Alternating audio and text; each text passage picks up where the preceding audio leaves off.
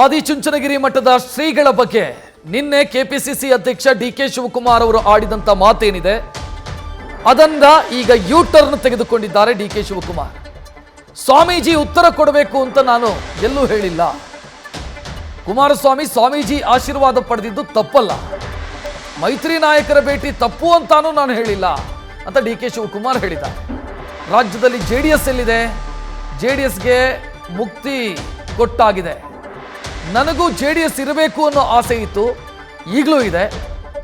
ಆದರೆ ಜೆಡಿಎಸ್ ಪಕ್ಷ ವಿಸರ್ಜನೆಯ ಹಂತಕ್ಕೆ ಹೋಗಿದೆ ಅಂತ ಡಿಕೆ ಶಿವಕುಮಾರ್ ಮಾತನಾಡಿದ್ದಾರೆ. ನಿನ್ನೆ ಅವರು ಕೊಟ್ಟಂತ ಸ್ಟೇಟ್ಮೆಂಟ್ ಏನಿದೆ, ಸ್ವಾಮೀಜಿಗಳಿಗೆ ಧೈರ್ಯ ಇದೆಯಾ ಕೇಳೋದಕ್ಕೆ ಅಂತ, ಅದು ಡ್ಯಾಮೇಜ್ ಆಗ್ತಾ ಇದೆ ಅಂತ ಗೊತ್ತಾದ ತಕ್ಷಣ ಈಗ ಯೂ ಟರ್ನ್ ಹೊಡೆದಿದ್ದಾರೆ ಡಿಕೆ ಶಿವಕುಮಾರ್.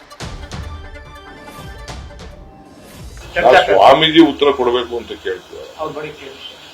ನಾನು ಸ್ವಾಮೀಜಿ ಉತ್ತರ ಕೊಡಬೇಕು ಅಂತ ಹೇಳಿ ಪಾಪ ಕುಮಾರಸ್ವಾಮಿ ಅವರು ಸ್ವಾಮಿಗಳು ಪ್ರೋಗ್ರಾಮ್ ಹೋಗಿದ್ರು, ನನ್ನೂ ಕರೆದಿದ್ರು, ನಾವು ಹೋಗ್ಲಿಲ್ಲ.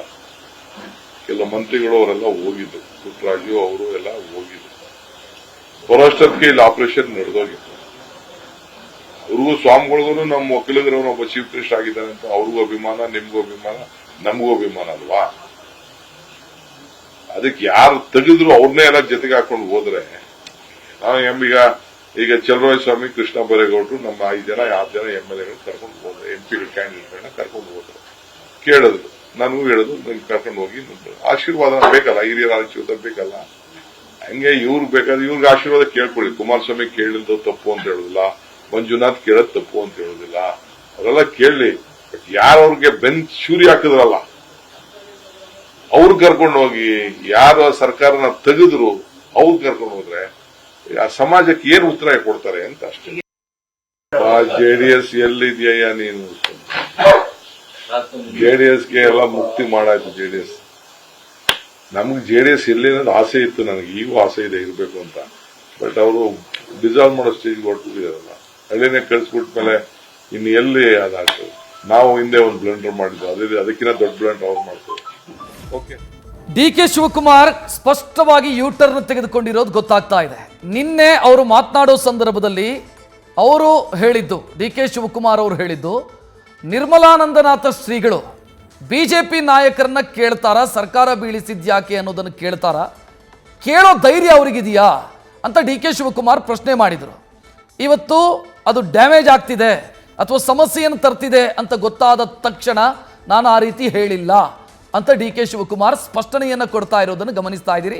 ಜೊತೆಗೆ ಜೆಡಿಎಸ್ನ ಬಗ್ಗೆಯೂ ಕೂಡ ಅವರು ಮಾತನಾಡ್ತಾ ಇದ್ದಾರೆ. ಜೊತೆಗೆ ಕುಮಾರಸ್ವಾಮಿ ಅವರು ಆಶೀರ್ವಾದ ಪಡೆದಿದ್ದು ತಪ್ಪಲ್ಲ, ಅಥವಾ ಮಂಜುನಾಥ್ ಅವರು, CN ಮಂಜುನಾಥ್ ಅವರು ಆಶೀರ್ವಾದ ಪಡೆದಿದ್ದು ತಪ್ಪಲ್ಲ. ಆದರೆ ಇವ್ರ ಜೊತೆಗೆ ಕರ್ಕೊಂಡು ಹೋದಂಥ ಬಿಜೆಪಿ ನಾಯಕರು ಯಾರಿದ್ದಾರೆ, ಅವರೇ ಸರ್ಕಾರ ಬೀಳಿಸಿದವರು, ಅವರನ್ನ ಸ್ವಾಮೀಜಿ ಬಳಿ ಕರ್ಕೊಂಡು ಹೋಗಿರೋದು ಸರಿನಾ ಅನ್ನೋ ಧಾಟಿಯಲ್ಲಿ ಡಿಕೆ ಶಿವಕುಮಾರ್ ಮಾತನಾಡಿದ್ದನ್ನು ಗಮನಿಸಿದಿರಿ. ಆ ಮೂಲಕ ಸ್ವಾಮೀಜಿಯನ್ನ ಎಳೆತರುವಂತ ಪ್ರಯತ್ನ ಏನಾಗಿತ್ತು ಡಿಕೆ ಶಿವಕುಮಾರ್ ಅವರಿಂದ ನಿನ್ನೆ, ಅದನ್ನ ಇವತ್ತು ಅವರೇ ಅಲ್ಲಗಳಿತಾರೆ. ಜೊತೆಗೆ ಯೂ ಟರ್ನ್ ಹೊಡಿತಾರೆ. ಸ್ಪಷ್ಟವಾಗಿ ಅದರ ಆ ಮಾತಲ್ಲಿ ಅದು ಕಾಣ್ತಾ ಇದೆ. ನಿನ್ನೆಯ ಹೇಳಿಕೆ ಸಹಜವಾಗಿ ಚರ್ಚೆಗೂ ಕಾರಣ ಆಗಿತ್ತು, ಮೈತ್ರಿ ನಾಯಕರ ಆಕ್ರೋಶಕ್ಕೂ ಗುರಿಯಾಗಿತ್ತು. ಸ್ವಾಮೀಜಿ ಯಾಕೆ ಕೇಳಬೇಕು? ಸ್ವಾಮೀಜಿ ಪ್ರಶ್ನೆ ಮಾಡೋದಕ್ಕಾಗತ್ತಾ? ರಾಜಕೀಯ ನಾಯಕರ ಬಳಿ ಯಾಕೆ ಸರ್ಕಾರ ಬೀಳಿಸಿದ್ರಿ ಅಂತ ಪ್ರಶ್ನೆ ಕೇಳೋದಕ್ಕಾಗತ್ತಾ? ಇದನ್ನೆಲ್ಲ ಮೈತ್ರಿ ನಾಯಕರು ಕೇಳಿದರು. ನ್ಯೂಸ್ ಫಸ್ಟ್, ನಿರ್ಭೀತಿಯಿಂದ ನಿಮ್ಮ ಪರವಾಗಿ.